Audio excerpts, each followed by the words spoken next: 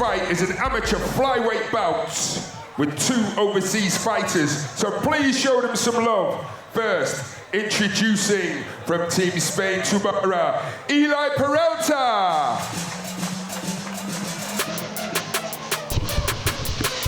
So we're straight on with the action. The second fight here is an amateur flyweight bout, and another fighter from the Tubara team in Spain.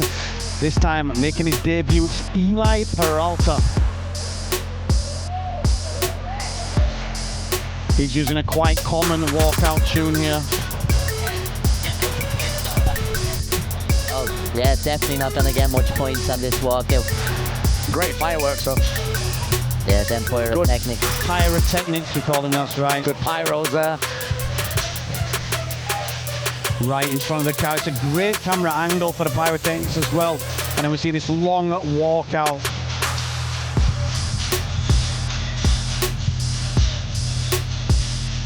It is a long, long walk to the cage, that.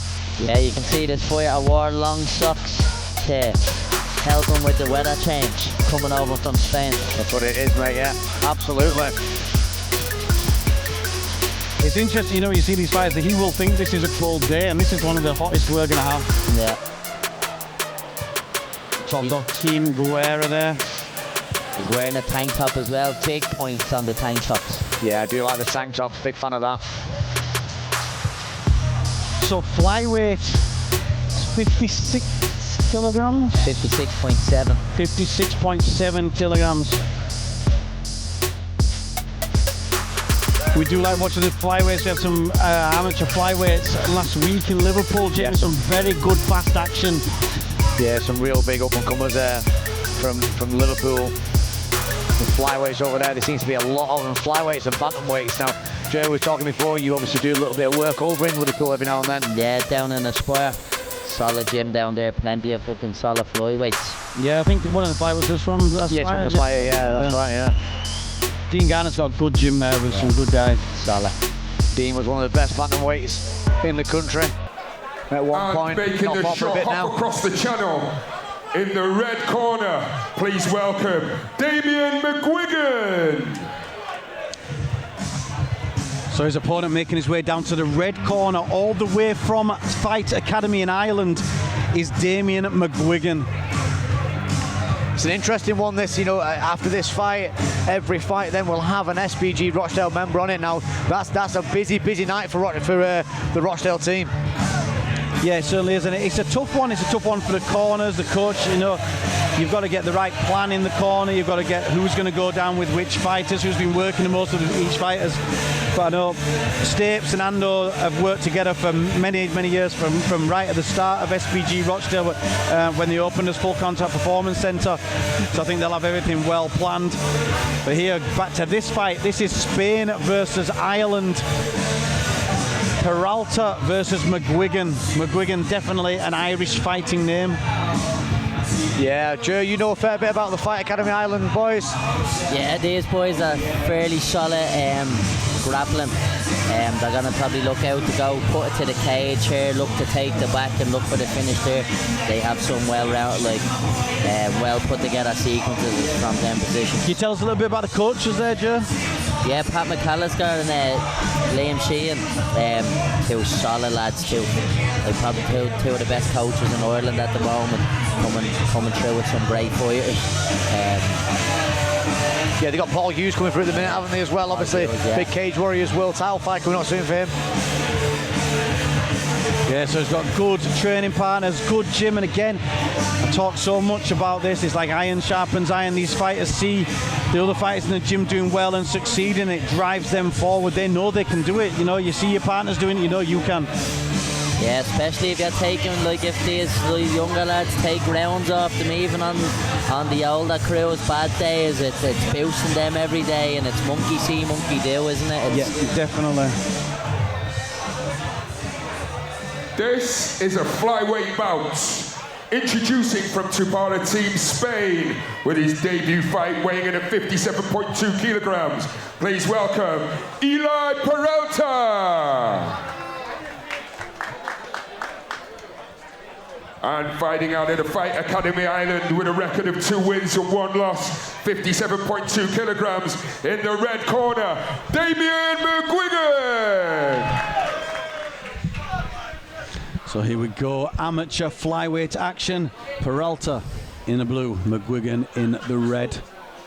The lads are going to come out like 2 Jack Russells in heat with 2 flutes.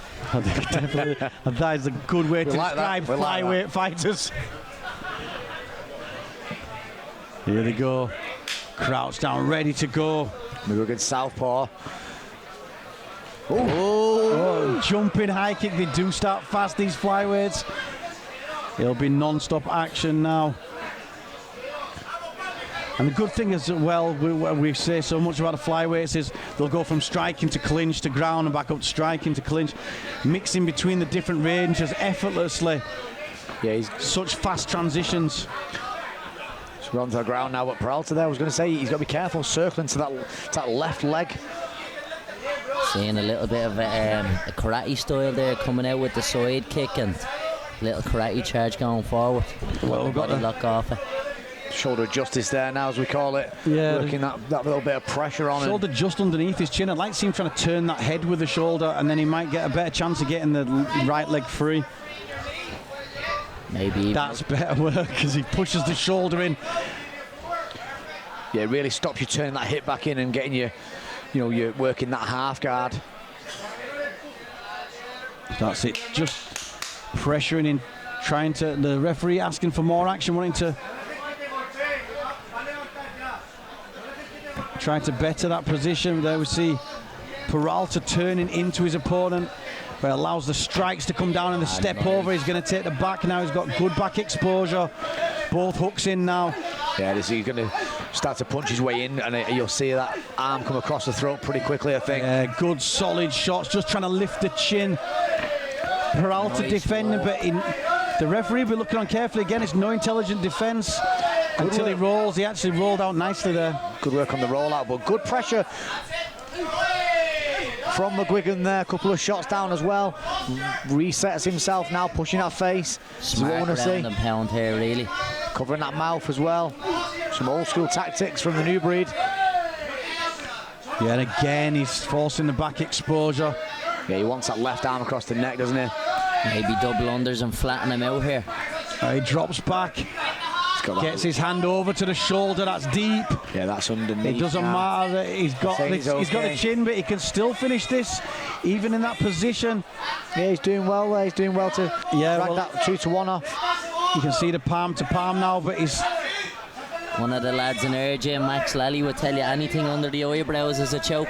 Yeah, if you can get that grip locked round and then turn the spine at the same time, you get a real good finish from this position.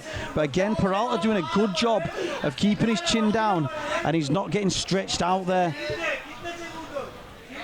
He's still working that hand under, but it goes. Good work there from Peralta, though. Yeah, that was good work there. Nice defence. It is harder to get the hands behind the back of the head when you've got the bigger gloves on for the amateur. Yeah, definitely. Great first round there, really, from Mcguigan. You know, apart from getting the sort of taking off his feet in the first round, he's in the first sort of engagement, really, he was pretty much all him from then on. But Peralta, let's talk about his defence there, Ian, throughout. Well, he looked confident there in his defence. The thing, you know, he shook his head to us when he was down here defending the choke. You know, I mean, most of us know, probably a lot of the guys at home, when we're doing the rear naked choke now, we won't put the hand onto the top of the head, trying to get down behind the head so you can't be peeled off. But what you see there with the tightness there with the amateur gloves on, he couldn't get his hand down the back, and Peralta was so confident to wave his hand at us to say it's not on and then pull the hand down. You know, so you can see that's someone who spent a lot of time defending the chokes and stuff on the back. I seen a post from James Doolan the other day from Higher Level in Scotland, and he mentioned about the rear naked choke, the evolution evolution of it, and how it was taught probably 20 years ago is completely different now. And it really is, especially for MMA, especially with the bigger gloves. It's a much different choke now. You've got to be much more secretive, hiding that hand away and getting the hand behind the neck, behind the head, rather than keeping it on top of it, which you used to get away with probably 10 years ago. Yeah, well, I mean, I trained with James back, early 2002, 2003, and, the escape back then was always the baseball bat, move the head over your head. It's so much different, so much more technical now, and again, that is the evolution of mixed martial arts. Peralta not coming out as heavily here. Now, those are powerful strikes there from Mcguigan. Nerves are probably a little more settled here. Bit afraid of getting taken down as well. Yeah, Mcguigan switched to an orthodox stance for this round. He's switching between the two. Actually, he keeps going back into that southpaw, which he is now. Well, you can see you can see the damage to the left cheek now of Peralta from those two big right hooks. Sorry. Very nice. See, very red now around that left cheek. Jumped in from out of distance there, and he paid the price for it. Taking off his feet there, though, into that side control position, and you will see what Mcguigan does again now in this position. Head up, working round into side control. Peralta doesn't seem to be down too much on bottom here. Doesn't really look like he wants to be here now. Yeah, he's settling quite a lot there. There's no turn of the hips, there's no nothing there. And again, you don't be lying flat on your back. Maybe another head and arm finish. I do think that what we're seeing here is Mcguigan is definitely the superior on the ground. It's hit and miss on the strike in the backwards and forwards. I think he dived in from too far out with that takedown attempt. He managed to recover it and still end up on top.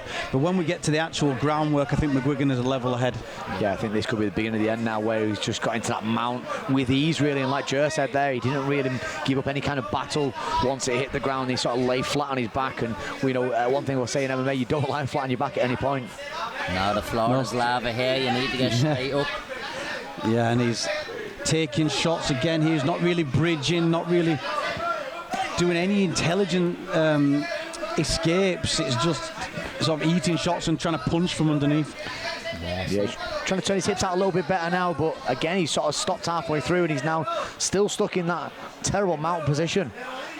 Where you can see they're looking for the cross faces. Damien Mcguigan trying to create space and then strike down. He's got a good solid mount here. He's actually got closer to the cage, so we'll see if Peralta can boost off the cage. He wasn't quite close enough to it.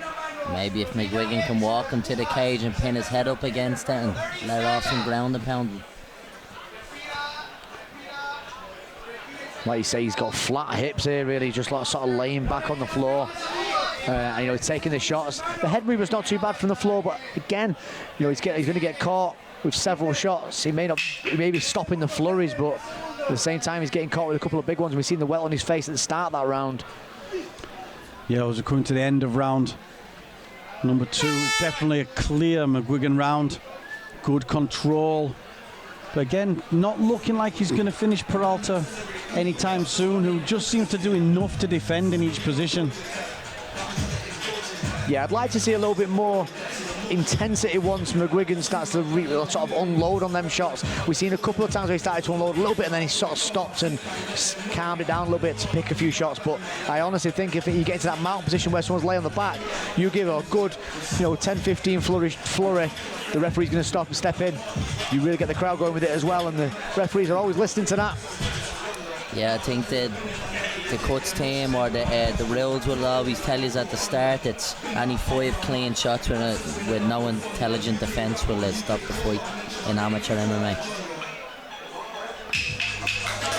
Well, here we are ready to go. Third and final round. 3 3-minute rounds here. Amateur flyweight action. Peralta in the blue, Mcguigan in the red. For us, Mcguigan 2 rounds up. Yeah, most certainly. He's just done the better work throughout. That left eye does look a little bit swollen up now. Yeah, it's been a good right hook, I think, from Mcguigan. He's wobbled him back to the cage with it twice. And he does carry the chin a little high in his striking, I think, Peralta. It's no good when you're going to have that right hook leaping in. His head's not moving at all here as well. Sitting target. Yeah, Straight shots down the pipe should be drilled through here. Yeah, Mcguigan was looking for the high kick there over the top to that chin. And switches back to southpaw. And then back to orthodox. When he goes orthodox, it just looks like he's going to go with that high kick. Yeah, Mcguigan seems to step into that sort of taekwondo style as well, where he sort of leads in with his leg. But he does well to close distance with it as well, so...